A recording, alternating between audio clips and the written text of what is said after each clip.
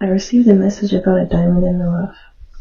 I didn't have a clear idea of what that meant until I looked back at my old artwork.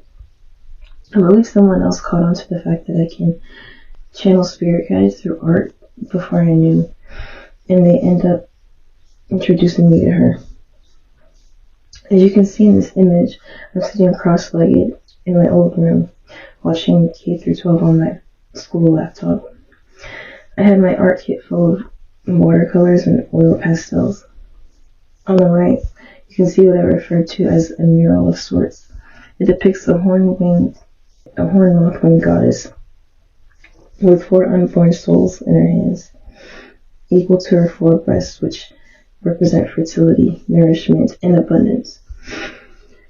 Her heart center is an opal, representing hope, truth, and clarity. I have no idea what the planets each represented, but I did enjoy designing them the way that I did. Sadly, because I kept leaving home, everything got thrown away.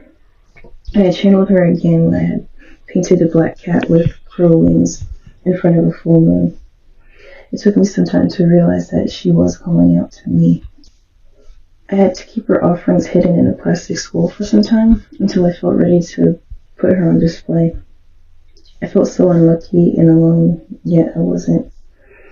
Lilith and Hekate, the shadow and the light of the moon. If you haven't seen my video on Lilith, I have re-uploaded it due to the audio being a bit wonky. As I was going through that traumatic period, I had to go through certain experiences that highlighted where I was projecting my demons onto others. I needed to learn to accept my faults and where I went wrong. Hekate, the mother of witches and the goddess of the Crossroads, and a guide through the shadows, had confiscated my gifts for some time until I fully learned my lesson to not hurt others just because I'm hurting, no matter how bad the things I've gone through may have been. Having the 2 of them around has been extremely helpful to my life's experience.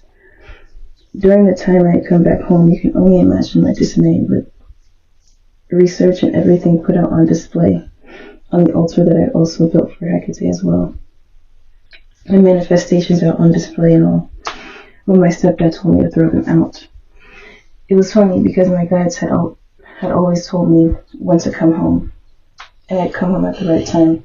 I had spoken to the both of them, and they had let me know that they'd always be there for me before I received the news that I have to throw the altars away. I miss picking flowers and picking up little trinkets for them. Before the proper altars were made, I had given her a stuffed black dog and trinkets stuffed inside of the skull that I mentioned before. I didn't give up that easily, though. I got some rocks from the backyard and drew their sigils on them and invoked them again. It's not the only way they showed me they were walking beside me. Hekate would send me moths, crows, black dogs, black cats, and women in black dresses. I love when we'd watch Anne with an E every weekend on Netflix. Back to the Anne with the E reference, Anne talks about her friend Kate, who she leaves offerings for in front of her clock. I started calling her Kate because of it. But Diana is a good representation of her personality, with 3 heads looking towards the past, present, and future. She's very level-headed and leads more of a silent rebellion. She's helped coach me through being more emotionally stable on my own, as well as encouraging me to expand my creative endeavors. This 18-foot tall Titan fascinates me in so many ways. I spoke to her after I wrote her symbol in stone. Even in asking if she was there, I couldn't help but shed tears as I channeled the energy. I encourage you in working with deities that, although they are powerful beings, they are also mother, father, and friend. But yeah, this is another one of my guys that I wanted to introduce you to.